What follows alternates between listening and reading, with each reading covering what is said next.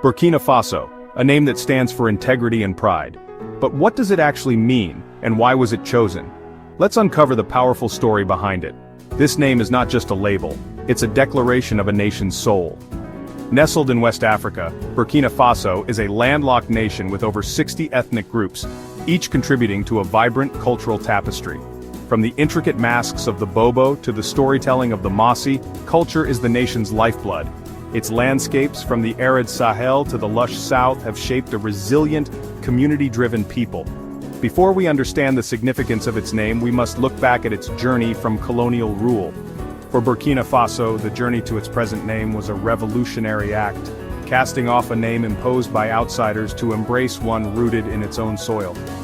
This transformation is a powerful tale of decolonization, inspiring far beyond its borders. For much of the 20th century, this nation was known as the Republic of Upper Volta, a name given by French colonial administrators in 1919. It was a geographical label, ignoring the people's deep history and culture. Under colonial rule, the French imposed their systems, often suppressing local societies and traditions. The territory was seen as a source of labor and raw materials, with many men forced to work in neighboring colonies or serve in foreign wars. Despite these hardships, the people's spirit endured through acts of resistance and cultural preservation. Independence in 1960 brought political freedom, but the colonial name remained, a constant reminder of foreign domination. The name Upper Volta looked outward, not inward, failing to reflect the nation's true heritage. The stage was set for a deeper kind of independence, one that would reclaim identity and pride. The search for a new, meaningful name had begun. The name Upper Volta came from the region's three major rivers, the Black Volta, White Volta, and Red Volta. These rivers, vital for farming and daily life, hold deep cultural significance for local peoples. Yet, the colonial name reduced this rich landscape to a simple hydrological fact, ignoring the local names, Muhun, Nakambe, Nazinon. It was a classic colonial move, renaming and redefining to fit a European worldview, erasing indigenous history. The land's identity was tied to a downstream river, not its people. A country is more than its rivers, it's its people, their values, and dreams. The name Upper Volta spoke only of geography, not the proud history or spirit of its inhabitants. As the nation matured, it became clear, a name imposed from outside was no longer enough. Independence in 1960 brought hope, but also challenges. The new nation inherited colonial boundaries and a foreign name, grouping together diverse communities. The name Upper Volta felt empty, offering no shared story or ideal. Leaders began to question if true freedom was possible while still bearing a colonial name. Across Africa, countries were reclaiming their identities. The Gold Coast became Ghana, Rhodesia became Zimbabwe. For Upper Volta, the question was not if, but what the new name should be.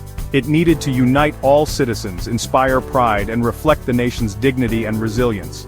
The search was for a name rooted in local languages and values.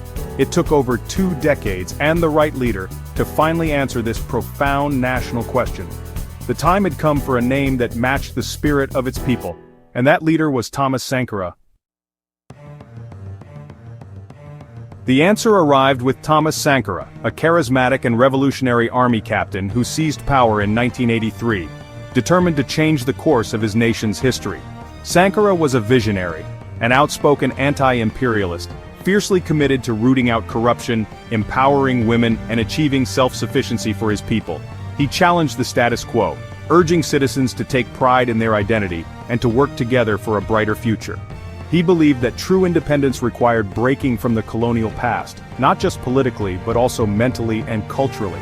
Sankara encouraged a return to indigenous values and traditions, seeing them as the foundation for a new self-reliant society. Sankara inspired pride in the people, living simply and leading boldly by example. He rejected luxury and privilege, choosing instead to walk among ordinary citizens and listen to their needs. His policies were transformative.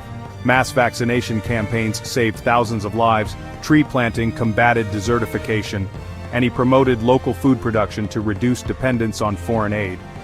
On the first anniversary of his revolution, August 4, 1984, Sankara made his most enduring gesture, one that would forever alter the nation's identity. He announced that Upper Volta would become Burkina Faso, the land of upright people, a name chosen to reflect dignity and integrity. This was more than a name change, it was a cornerstone of national reinvention, a bold declaration of a new beginning for the country and its people. By casting off the colonial name, Sankara completed the struggle for independence, giving the people a renewed sense of ownership over their destiny. The new name was a daily reminder of the ideals he wanted to instill: honesty, hard work, and unity, values that would shape generations to come. By choosing words from indigenous languages, Sankara affirmed the value of African culture and the importance of reclaiming local heritage. Burkina Faso became a symbol of a new national consciousness, a beacon of hope and pride for all who called it home. The name Burkina Faso is more than just a label. It's a powerful fusion of the nation's main indigenous languages, symbolizing unity in diversity. This name was chosen to reflect the coming together of many peoples, cultures, and traditions, all woven into the fabric of one nation. Burkina comes from the Mossi language, meaning upright or honest, a person of integrity who stands tall in their values. It's a word that speaks to the moral character and strength of the people. Faso is from Dioula, meaning fatherland or homeland. It evokes a deep sense of belonging, shared heritage, and the idea of a collective home for all its citizens. Together, Burkina Faso means land of upright people. It's a name that unites everyone under a common identity, regardless of background. This name is a statement of national identity based not on geography or colonial history, but on virtue and shared values. It's a declaration of what the nation aspires to be. It defines the nation by the character and resilience of its people, not by its natural resources or its place on the map. Every day Burkinabe strive to embody these ideals. The people are called Burkinabe, with B from the Fula language meaning people, further reinforcing unity and the idea that everyone belongs. The name and its people are mosaics of local languages, making every citizen feel included and valued, no matter their ethnic background. The international community quickly recognized the change, and Burkina Faso took its place on the world stage, proud of its new identity and what it represents. The name became a source of pride and a daily challenge to live up to its meaning, inspiring generations to act with honor and unity. It's a legacy of Sankara's vision, unity, dignity, and integrity, values that continue to guide the nation forward. Today, Burkina Faso stands as a unique example of a nation defining itself on its own terms, with a name that tells the world who its people truly are. Though Thomas Sankara's life was cut short in 1987, his legacy lives on in the name he gave his country. Sankara's vision was not just about changing a flag or a government, it was about transforming the very soul of a nation. He believed that a name could carry the hopes, dreams, and dignity of an entire people, and so he chose one that would inspire generations to come.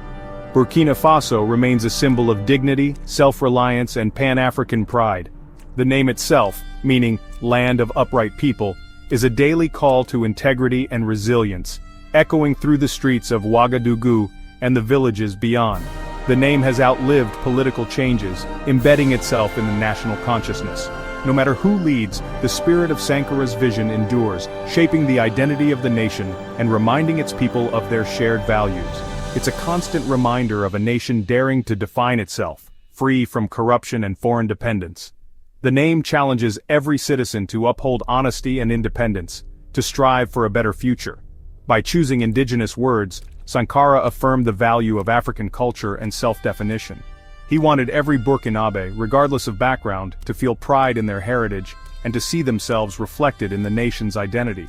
Today, Burkina Faso's name inspires unity and hope, challenging its people to live up to the title of upright people. In classrooms and homes, the name is a lesson in courage and collective responsibility. Despite challenges, the name remains a source of pride and a standard for progress. It motivates farmers, teachers, and youth alike to work toward a brighter, more just society. The story of Burkina Faso's name is a lesson in the power of words and the importance of self-definition. It shows how language can unite a people and set a course for the future. It's a testament to a visionary leader who knew that revolution begins with a change in consciousness. Sankara's message lives on, urging each generation to dream bigger and stand taller. The land of upright people is a promise, a challenge, and a proud statement of identity that echoes far beyond its borders. It is a beacon, for all who believe in the power of names to shape destiny.